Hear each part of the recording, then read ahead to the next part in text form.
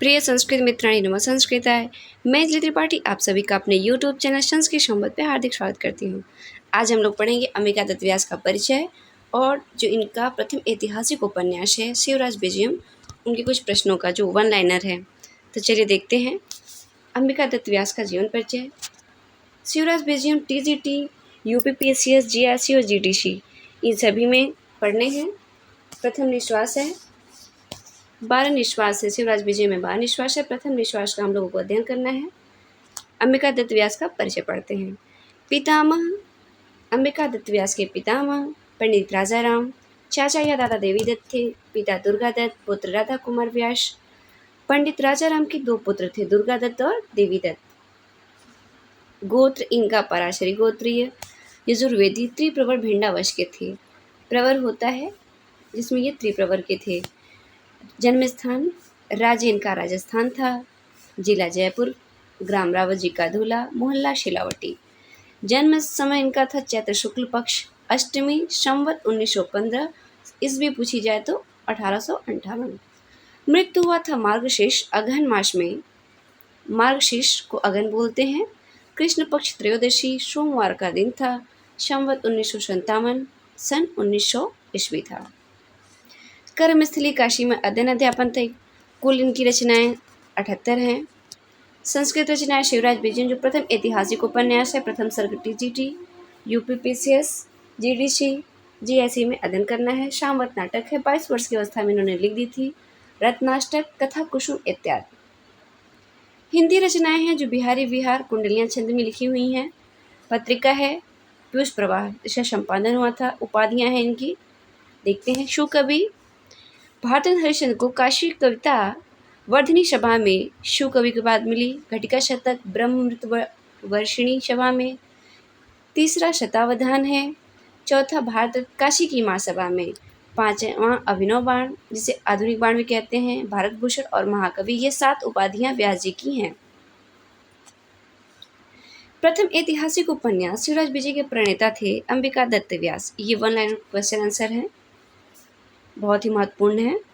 बिहार में व्यास जी ने अपने संक्षिप्त जीवन परिचय को लिखा है। लगभग 12 वर्ष की अवस्था में व्यास जी ने धर्मसभा की परीक्षा में पुरस्कार भी प्राप्त किए थे। बिहार में संस्कृत संजीवनी समाज की स्थापना व्यास जी ने ही किया था। व्यास जी ने 10 वर्ष की अवस्था में काव्य का रचना आरंभ कर दी थी। व्यास जी ने शिवराज विजय में 1870 ईस्वी में लिखा था।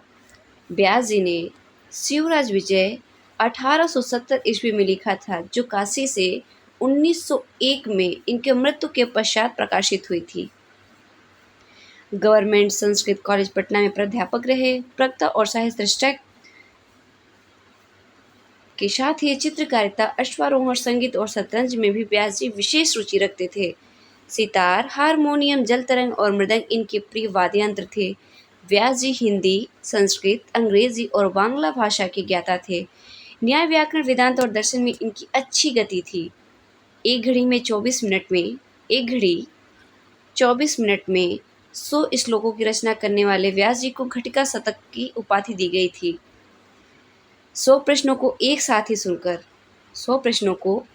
सुनकर सभी प्रश्नों का उत्तर उसी क्रम में देना अद्भुत क्षमता होने से उन्हें शतावधान की भी उपाधि मिली थी। जिस क्रम में प्रश्न पूछा जाता था उसी क्रम में वो उत्तर देते थे। 42 वर्ष की अवस्था में ही व्यास जी संवत 1957 ईस्वी 1900 ईस्वी में अपने पीछे एक 9 वर्षीय पुत्र, एक कन्या और पत्नी को असहाय छोड़कर पंचतत्व को प्राप्त हो गए। उनकी मृत्यु हो गई थी। अब हम लोग अध्ययन करते हैं शिवराज विजय, जो ऐतिहासिक उपन्यास है, अंबिका दत्त व्यास द्वारा विरचित है। 12 निश्वास है। प्रथम निश्वास का हम लोगों को अध्ययन करना है।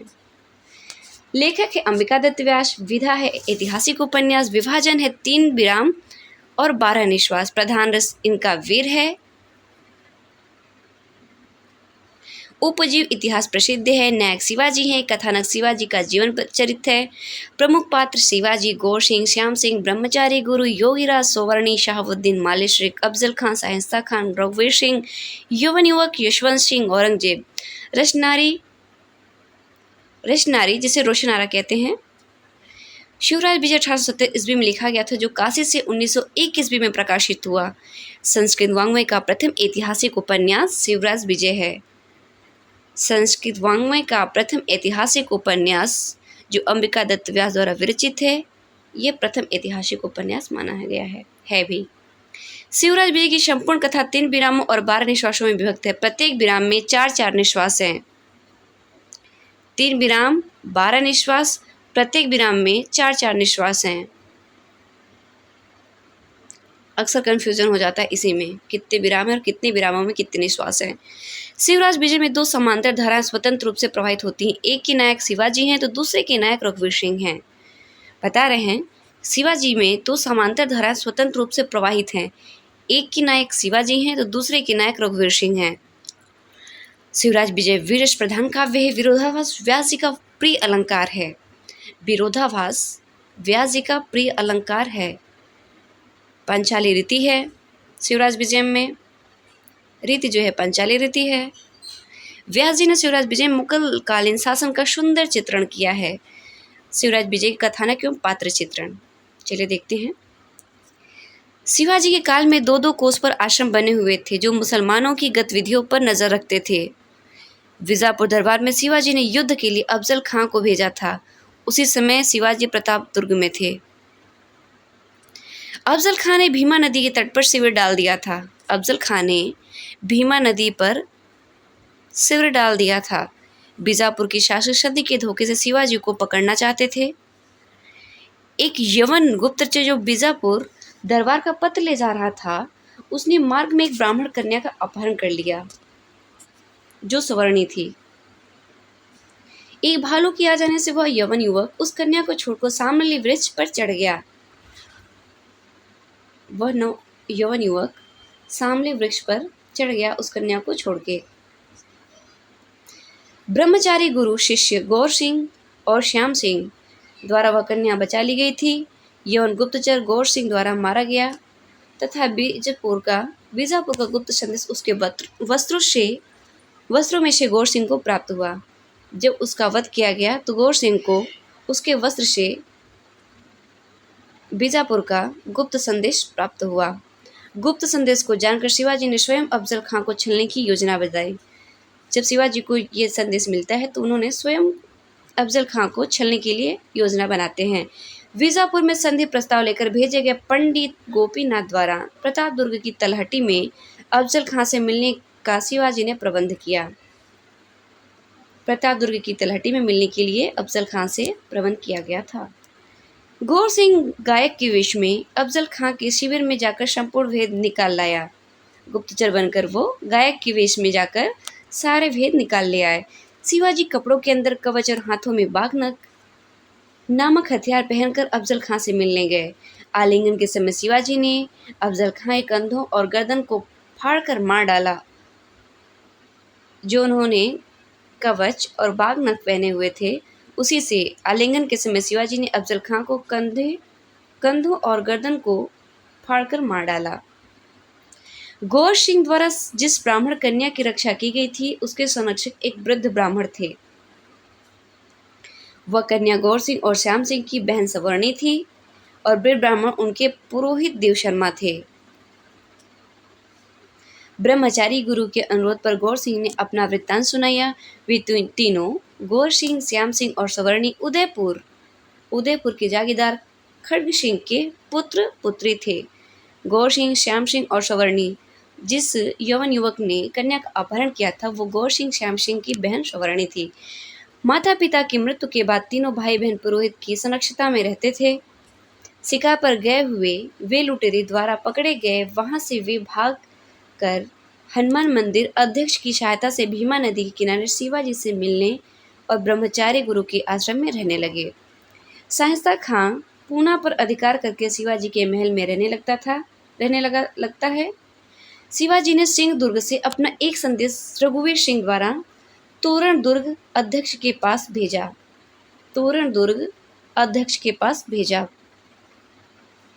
रघुवीर सिंह तोरण दुर्ग के अध्यक्ष की आज्ञा से हनुमान मंदिर में ठहरा। देव शर्मा सवर्णी को लेकर उसी मंदिर में रहने लगे थे जहां वाटिका में रघुवीर सिंह सवर्णी को देखता है। देव शर्मा जो उनके पुरोहित रहते हैं सौवर्णी को लेके उसी हनुमान मंदिर में रहने लगते हैं, जहाँ वाटिका में रघुवीर सिंह सौवर्णी को देखता है। शिवाजी के आदेश पर रघुवीर सिंह सहसा खां के साथ होने वाले युद्ध का भविष्य पूछने के लिए देव शर्मा के पास गया। देव शर्मा ने सौवर्णी द्वारा उसे एक मोदक खिलाकर गले में एक माला डलवाई। देव शर्मा यवनों के साथ युद्ध में विजय तथा आर्यों के साथ पराजय यह भविष्य बताया। उन्होंने बताया कि यवनों के साथ युद्ध में विजय होगी और आप आर्यों के साथ पराजय भी करेंगे, भविष्य बताया, जीत हासिल करेंगे। शिवाजी ने पंडित के वेश में मालेश्वर के साथ सहसा खां के निवास पूना जाकर निरीक्षण किया। संदेश में चांद खां ने उनका पीछा किया। शिवाजी ने उनका वध कर दिया। संदेह होने पर चांद खां ने उनका पीछा किया और शिवाजी ने उनका वध कर दिया।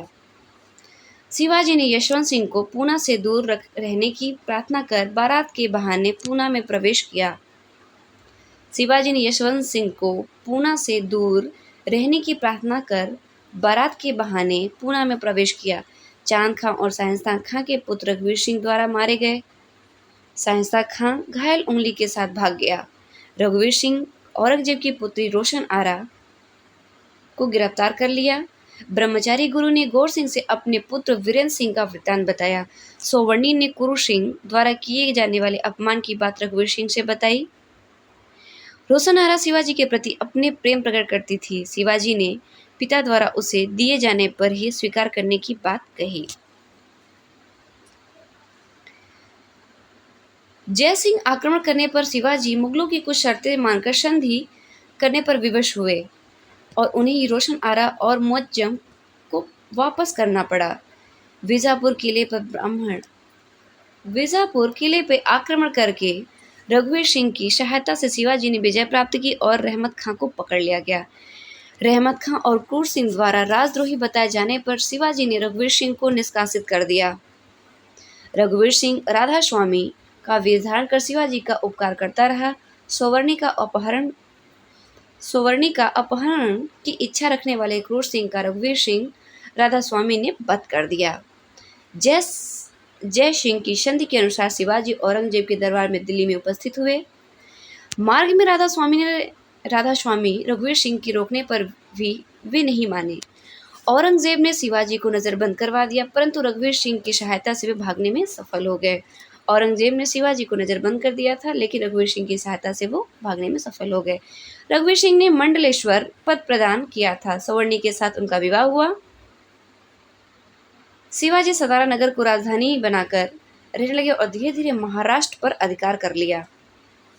औरंगजेब द्वारा प्रेषित सेनापति मोहम्मद खां भगा दिया गया। शिवराज विजय का प्रथम निश्वास का सारांश देखते हैं। शिवराज विजय का प्रथम निश्वास जो है उसका सारांश देखते हैं। शिवराज विजय का मंगलाचरण विष्णु माया भगवती या समोहितम जगत, ये जो है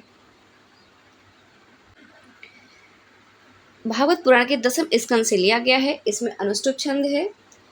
मंगलाचरण में विष्णु की माया को ईश्वर शालिनी बताया गया है, जिसमें संपूर्ण जगत को मुंह में डाल रखा है। दूसरी पंक्ति में कहा गया है कि दुष्ट हिंसक अपने पाप से मारा गया और संजन समत्व भाव के कारण बच गए। हिंसा स्वपापेन विहिंसित फला, इसमें वसस छंद है। शिवराज विजय के मंगलाचरण विष्णु माया में नमस्कारात्मक मंगलाचरण है और हिंसा स्वपापेन में वस्तु निर्देशात्मक मंगलाचरण है। शिवराज विजय का प्रारंभ प्रातःकाल एवं सूर्य भगवान के वर्णन से होता है, जो ये है अरुण एषः प्रकाशः पूर्वश्याम भगवतो मरीच मालिना। देर से सोकर उठे गौर सिंह को पुष्प चुनने से श्याम बटू रोकता है और बताता है कि उसने गुरु ब्रह्मचारी की संध्योपासना की समस्त सामग्री पहुंचा दी है। गौर सिंह केले के पत्तों को तिनके से तोड़कर उसी में पुष्प तोड़ना आरंभ कर देता है।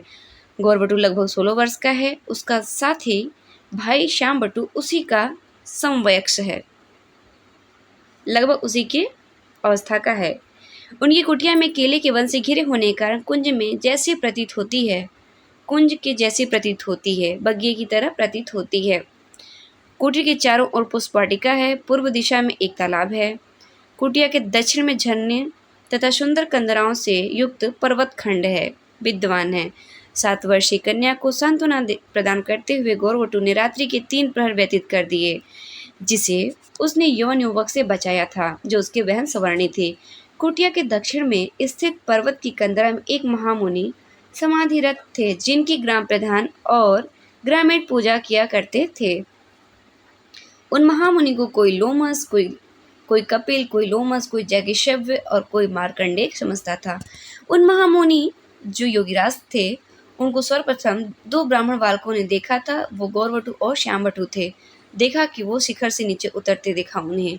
योगिराज आश्रम में आकर काष्ठासन पर उद्याचल पर सूर्य के समान आसीन हुए बैठ गए। इस तरह प्रतीत होते जैसे सूर्य हो। ब्रह्मचारी गुरु ने जैसे ही कुछ बोलना चाहा, तभी उस बालिका का करुण क्रंदन सुनाई पड़ा। योगिराज के उस कन्या के संबंध में पूछने पर श्यामवटु को उसे शांत करने का आदेश देकर ब्रह्मचारी गुरु ने बोलना आरंभ किया। योगिराज उस कन्या को के संबंध में पूछने पर श्यामवटु को उस शांत करने का आदेश देता है। वो जाके शांत कराता है और ब्रह्मचारी गुरु योगिराज से बताना प्रारंभ करते हैं कि कैसे कैसे क्या हुआ, कन्या कहाँ से आई, क्योंकि यहाँ पे जब पूरे बालक ही थे तो यहाँ पे कन्या आने का निषेध था, तो कन्या आई कहाँ से। सर्वप्रथम उस कन्या का करुण क्रंदन सुनकर ब्रह्मचारी गुरु ने पता लगाने हेतु अपने शिष्यों को भेजा। यौवन युवक उस कन्या को माता के हाथ से छीनकर भागा था। उसने बालिका को छुरा दिखाकर शांत करना चाहा। अचानक भालू के आ जाने से यौवन युवक सामने वृक्ष पर चढ़ गया और कन्या गुणाच्छन्यास से पलाश वृक्षों के झुरमुट में प्रवेश कर आश्रम की तरफ आई। योगिराज के विक्रमराज में ऐसा उपद्रव कहने पर ब्रह्मचारी गुरु ने बताया कि विक्रमादित्य के राज को बीते 1700 हो गए हैं। योगिराज कहते हैं कि विक्रमादित्य के काल में ऐसा तो नहीं हो रहा था। तो ब्रह्मचारी गुरु ने उन्हें बताया कि ये विक्रमादित्य का समय नहीं है, ये तो 1700 वर्ष बीती हुई बात है। ब्रह्मचारी गुरु ने बताया कि आज वेद फाड़कर मार्गों में बिखेरे जाते हैं, धर्मशास्त्रों को उछालकर आग में झोंका जाता है, पुराणों को पीसकर पानी में फेंका जाता है और भाष्य नष्ट करके भाड़ में झोंके जाते हैं। ऐसी स्थितियां हो गई हैं। योगिराज विक्रमादित्य द्वारा शकों को जीते जाने को कल को ही योगिराज विक्रमादित्य के शकों को जीते जाने को कल ही की बात बताते हैं। ब्रह्मचारी गुरु योगिराज से बताते हैं कि भगवान, आपने जिन पुरुषों को देखा था, उनकी 50वीं पीढ़ी के पुरुष भी दिखाई नहीं पड़ते। योगिराज बताते हैं कि वे युधिष्ठिर के समय समाधि लगाकर विक्रमादित्य के समय में समाधि लगाकर उस दुराचार समय में उठे हैं। पहले बार वही उन्होंने युधिष्ठिर के समय में लगाया, दूसरी बार विक्रमादित्य के समय लगाया, तीसरी बार नहीं लगाया। ब्रह्मचारी गुरु ने बताया कि महमूद गजनवी ने भारत को 12 बार लूटा और सैकड़ों ऊँटों पर रत्नों को लादकर अपने देश को ले गया। उसने गुजरात देश में स्थित सोमनाथ को भी धूल में मिला दिया। सोमनाथ की किवाड़ वैदूरी, मूंगा, पद्मराग, हीरे मोतियों से बनी थी। सोमनाथ की किवाड़ें जो हैं, वहाँ के जो दरवाजे हैं, वैदूरी, मूंगा, पद्मराग, हीरे मोतियों से बनी हुई थी। सबको उन्होंने ले लिया। सोमनाथ में लटकने वाले महाघंटा 200 मन की जंजीर में लटकता था। महादेव की मूर्ति पर गदा उठाने से पुजारियों ने उसे 2 करोड़ स्वर्ण मुद्राएं देकर छुड़ाना चाहा, परंतु उसने यह कहकर कि वह मूर्ति बेचता नहीं है किंतु तोड़ता है। उसने मूर्ति को तोड़ दिया। महादेव की मूर्ति को उठाने पर पुजारियों ने जब उसे रोका कि तुम उससे कुछ पैसे ले लो, 2 करोड़ स्वर्ण मुद्राएं ले लो, पर यह मूर्ति छोड़ दो, पर उस गजनवी ने मूर्ति को बेचने की जगह बताकर बोला कि मैं बेचता नहीं हूँ, मैं तो उसे तोड़ता हूँ, और लेके उसे तोड़ दिया। गदा के प्रहार से उनकी अरब पद्म मुद्रा के मूल्य की रत्न बिखरे। उनको लेकर ऊँटों की पेट पर लादकर सिंधु नदी उतरकर महमूद गजनवी गजनी वापस चला गया। 1087 में गौड़ देश निवासी शहाबुद्दीन नामक यवन गजनी देश पर फिर भारत पर आक्रमण किया और 1250 में दिल्ली को अश्वारोहियों से घेर लिया। उसने वाराणसी में भी हड्डियों के अनेक पहाड़ बना दिए। वाराणसी तक उसने अंकंटक राज्य किया। शहाबुद्दीन मोहम्मद गोरी ने भी शहाबुद्दीन मोहम्मद गोरी ने ही मुख्यतः भारत में यवन शासक का विजयारोपण किया और उसी ने कुतुबुद्दीन नामक गुलाम को दिल्ली का प्रथम सम्राट बनाया। केवल अकबर यद्यपि भारत का गुण शत्रु था, तथापि वह शांत प्रिय और विद्वानों का आदर करने वाला था। औरंगजेब ने आलमगीर की उपाधि धारण की थी। औरंगजेब ने शहंशाह खां को दक्षिण के शासक के रूप में भेजा। शिवाजी पूना नगर के निकट सिंहदूर में रह रहे थे। या कार्य सिद्ध होगा या शरीर को नष्ट कर दूंगा, यह शिवाजी की प्रतिज्ञा थी। यह प्रतिज्ञा शिवाजी की थी जो बहुत ही महत्वपूर्ण है, पूछी जाती हैं। या तो कार्य को सिद्ध करूंगा या तो ही शरीर को त्याग दूंगा। कार्यम व साधयम देहम व पातेयम। योगीराज ने शिवाजी विजयी हो, आपके मनोरथ सिद्ध हो आशीर्वाद दिया। योगीराज ने शिवाजी को विजयी होने का आशीर्वाद दिया। दूसरे प्रश्न के रूप में रघुवीर सिंह को कब देखूंगा, ऐसे पूछने पर योगीराज ने विवाह के समय देखोगे ऐसा उत्तर दिया। गौर सिंह अफजल के 3 घोड़ों और घुड़सवारों को मारकर 5 ब्राह्मणों को छुड़ा कर लाया। गौर सिंह ने देखा कि गृहवाटिका के केले की झुरमुट में 2 या 3 पेड़ अधिक काँप रहे थे। गौर सिंह ने कुटीर के छप्पर की ओरी में तलवार छिपा रखा था। गौर सिंह ने कुटीर के छप्पर की ओरी में, ओरी होती जो किनारा होता है, उसमें छिपा रखी थी। छिपा हुआ यवन युवक सिर पर नीले वस्त्र, हरित वर्ण का कंचुक और श्याम नीले वस्त्र के कटी तक बांधे था। उस यवन युवक की उम्र लगभग 20 वर्ष थी। श्याम बट्टू तलवार लेकर उसी कुटीर के द्वार पर कन्या के रक्षणार्थ खड़ा हुआ जिसमें वह थी।